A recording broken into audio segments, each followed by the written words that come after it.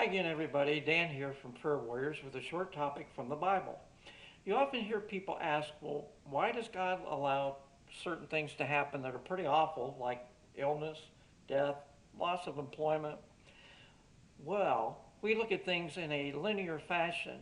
Now, I said linear fashion because I didn't think I could pronounce linearly correctly, and yep, I was right. Well, God from the beginning gave mankind freedom of choice. That way, He can get people that willingly fellowship with Him instead of getting blind robots that have no choice. To do that, He has to give people the awesome responsibility of choosing to follow or not follow Him. Now, He follows the same rules that He makes Satan follow. It's an even playing field. God likens it to a field with a harvest at the end of the age. God will allow people to choose and do bad things, and the world, as a result, receives the consequences of those choices or sin.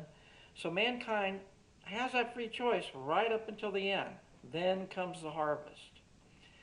In spite of us living in a sin-racked world, God is doing wonderful things for us, although sometimes the good things don't show up until years later. In Romans 8:28 it says, and we know that all things work together for good to them that love God, to those who are the called according to His purpose. Now, an example, a Sunday school teacher may not reach any of the kids, he feels like, until maybe there's one kid. And as a result, he feels like a failure, except that one kid down the road may develop into a great preacher. There are stories where that has happened.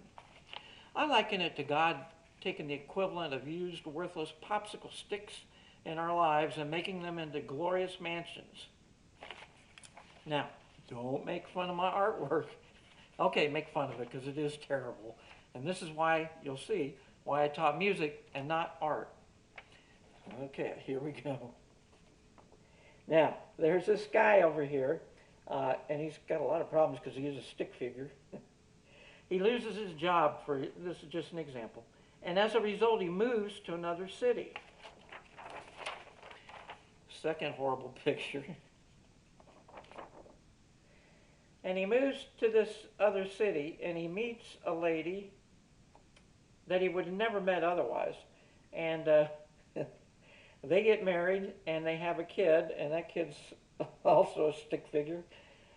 And you're thinking, well, okay, that's pretty good. Well, down the road, several generations, and you can see it in the arrows, God sees that a distant relative is going to be the next Billy Graham or Billy Sunday. And so we got to remember that God sees generationally down the road, and that's where He's headed with things that happen in our lives. So I'm going to have links below, and I hope this blesses you. May God richly bless you.